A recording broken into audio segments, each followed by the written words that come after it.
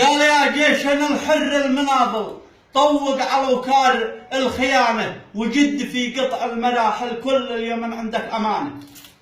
يا جيشنا الحر المناضل طوق على وكار الخيانة وجد في قطع المراحل كل اليمن عندك أمانة. وطهره تطهير كامل من شق لا تلقي بنانه، من كل متغطرس وقاتل وكل سارق للخزانة وكل متعنت وفاشل دنست شرف شعبي وهانت. واليوم مكنها زوامل يرسل بها من كل حانة ويكذب على من كان قافل من شان يبقى في مكانه.